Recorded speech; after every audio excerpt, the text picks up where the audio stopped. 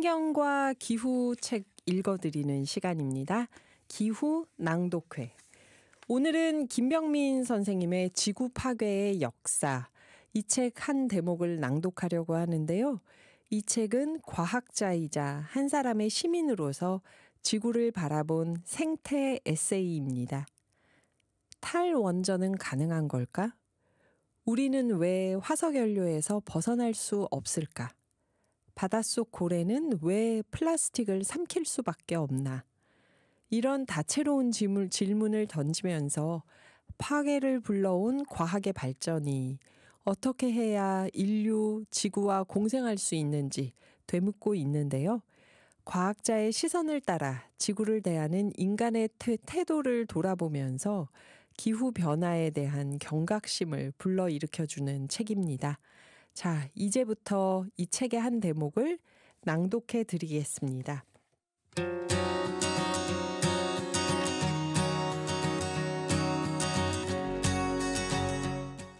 공상과학 영화에서나 있을 법한 일이 실제로 실현되고 있다. 우주 여행을 하고 화성에 가는 일이 실제로 벌어지고 있다. 그런데 이런 일이 가능해도 평범한 사람들은 여전히 꿈 같고 영화 같은 일이다. 백만장자도 여기에 합류하지 못한다. 소위 억만장자들이나 가능한 일이다. 그래서 그들은 보통 사람이라는 계급을 상향 조정했다. 국가 내부의 계급 간격을 더욱 벌려서 부유한 자와 가난한 자를 양극화 스펙트럼의 양쪽 끝에 배치했다. 사실 이 구조는 갑자기 만들어진 게 아니다. 우리가 엘리트라고 부르는 이들이 스스로 아주 오랜 시간 동안 치밀하게 만든 구조다. 모든 걸 종합해보면 미국의 선택은 다른 국가는 물론 국가 내부의 엘리트라 불리는 계급과 다른 계급에 있는 사람들과 세상을 공유하지 않겠다는 태도다. 그들은 인류 전체가 잘 사는 세상을 다시는 만들지 않겠다고 결정한 것이다. 이런 움직임은 1980년대 초부터 시작됐다. 소위 소수의 엘리트층과 권력층은 그들의 부를 부풀리는 데 방해가 되는 규제를 완화하기 시작했다.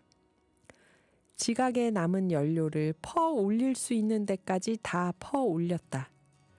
그들에게 후손은 안중에도 없었다. 물론 자신의 자식 세대에 물려줄 유산이 극악한 환경에서 어느 정도는 버틸 수 있을 거라고 생각했다.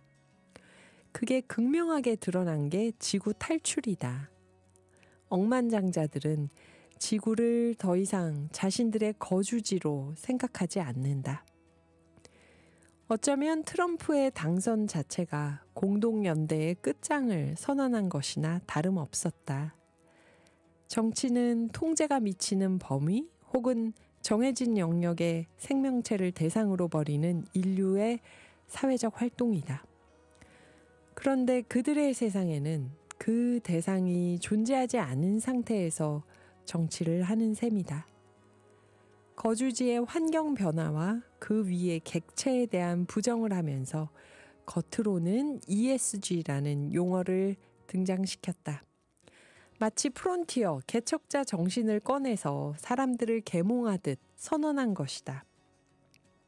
ESG를 선언하고 지키는 기업은 선의적인 이미지로 각인이 된다. ESG의 E는 environment, 환경이다.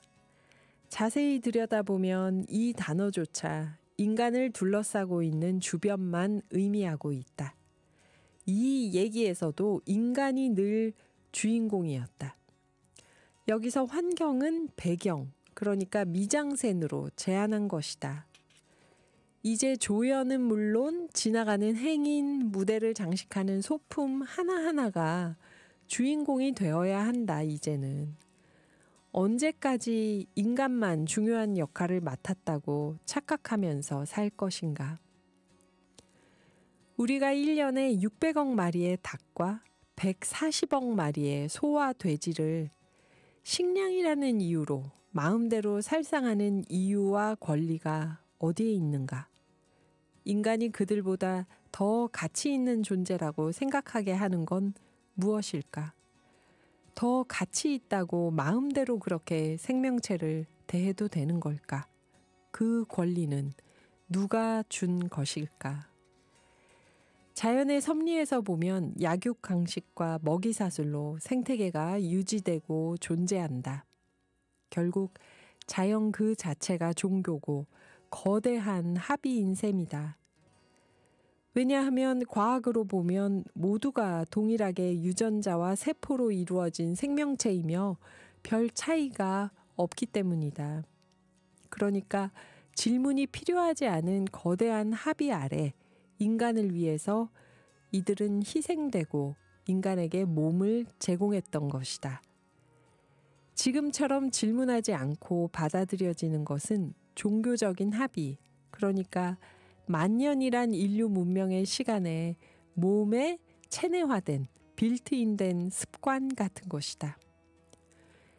자연은 이제 그 습관을 고쳐야 한다고 여러 형태로 메시지를 주고 있지만 대다수가 전혀 그 메시지를 모르고 있거나 알고 있는 자들은 모든 인류가 안전할 수 없다는 결론을 이미 내린 듯 보인다. 어차피 다 같이 살 수 있는 가능성이 없으니 자신들이 태어난 대지를 떠나서 지구 대기권 밖으로 나가려고 한다.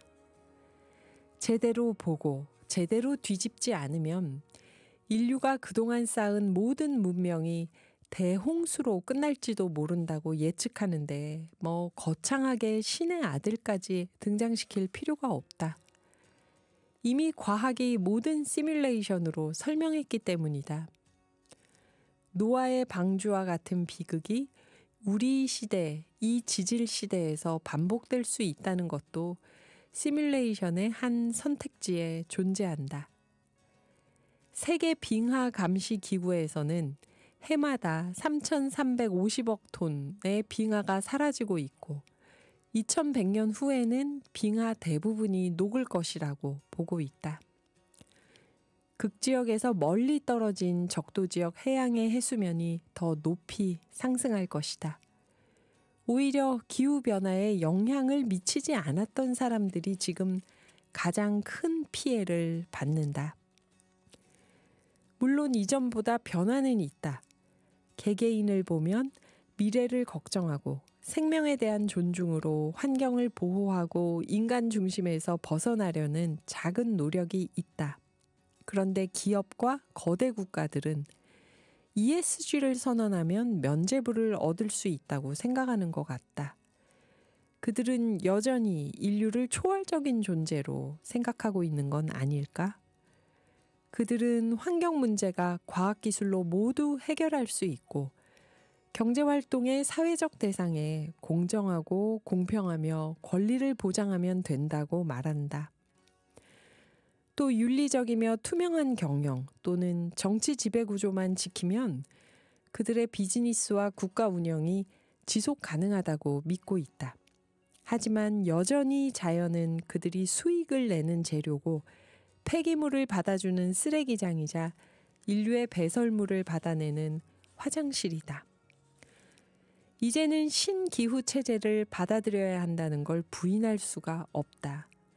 누구도 믿지 않았던 사실들, 지금까지 옳다고 믿었던 문명이 모두 틀렸다는 것이 재해와 감염병으로 모두 드러났기 때문이다. 인간은 자신이 그저 지구라는 행성에 속한 여러 부속 중 생명체, 그리고 그 안에서도 일부 종에 지나지 않는다는 인식을 해야 한다. 이 주장이 바로 라투르가 강조하는 부분이다. 한마디 더 하자면 나는 우리가 겸손한 태도로 더 이상 어떤 일도 벌이지 말아야 한다고 생각한다.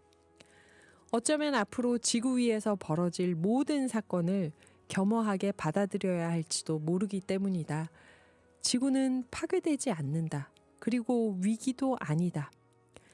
간혹 전문가들이 산불 사례를 들어 기후변화로 몰아가는 경우가 있다. 물론 가뭄으로 산불 확률이 많아지는 건 설명할 수 있다. 잦아진 빈도는 분명히 기후변화의 한 특징이다. 그렇다면 첨단 과학기술이 등장해서 산불을 근원적으로 방지하는 게 정말 도움이 될까? 이산화탄소를 먹어치우는 숲을 화재 없이 보존만 하면 도움이 될까? 숲은 어떤 이유에서든 자연재난으로 한 번씩 재가동돼야 한다. 그래야 식물종의 다양성이 유지된다. 그게 바로 진화다. 지금의 지구가 다소 격렬하게 보여도 지구는 그저 환경이 변화하며 기존의 움직임을 변화했을 뿐이고 앞으로도 그럴 것이다. 단지 적절한 기후 조건에 존재했던 인류를 포함한 생명체들이 위기일 뿐이다. 기후위기는 지극히 인간 중심적인 사고에서 나온 용어다. 단지 기후변화일 뿐이며 지구는 피해자가 아니다. 그저 적정선을 지켜내지 못한, 아니 지킬 생각조차 없었던 인류 스스로가 피해자이자 가해자다. 네, 지금까지 김병민 선생님의 지구 파괴의 역사였습니다.